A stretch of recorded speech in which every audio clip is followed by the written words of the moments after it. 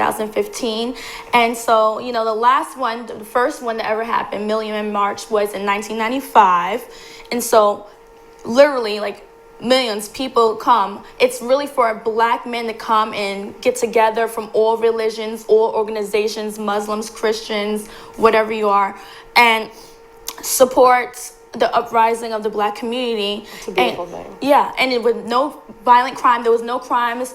There was no hate or anything. No drugs or alcohol there, you know, in D.C. And the Honorable Louis Farrakhan was speaking, you know. So it was a great day for people to just basically bring light on positive things that's going on in the Black community and talk about moving forward. What are we going to do to help each other? Definitely elevating people of color. That's a beautiful thing. Yeah.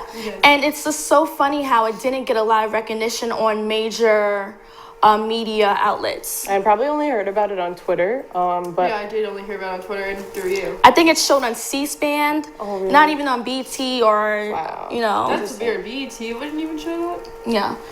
But it's sad, but that's why we have social media. Yeah. There's a lot of people who blogged about it and you can learn about it.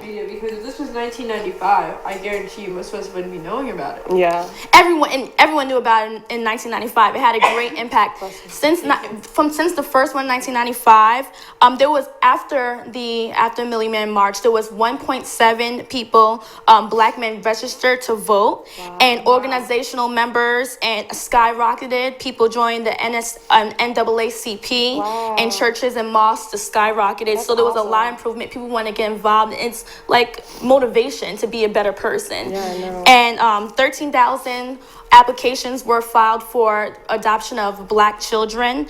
Yes, so there's a great impact it has, and a lot of positive vibes, and it brings everyone together. You had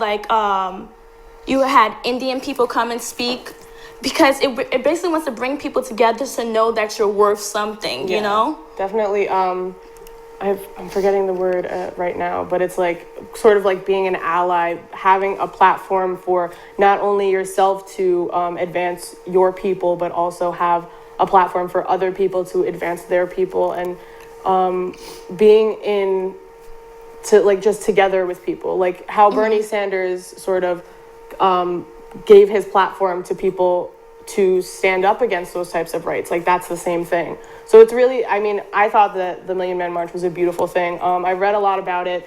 I love the logo. It was like all different like types of color, like a range of like colors of fists. And literally every single photo that I've seen is like so many people who are so happy to be there.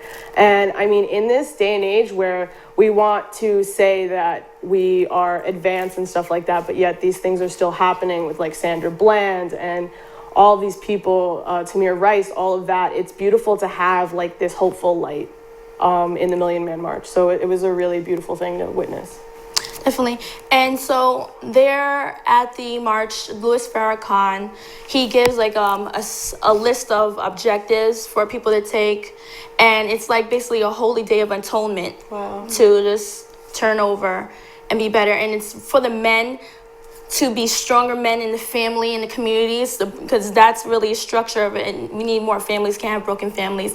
And for the women, you know, it's so funny. He's funny because he's like, the women need to learn how. He's like, the women need to learn how to cook. They need to know how to cook.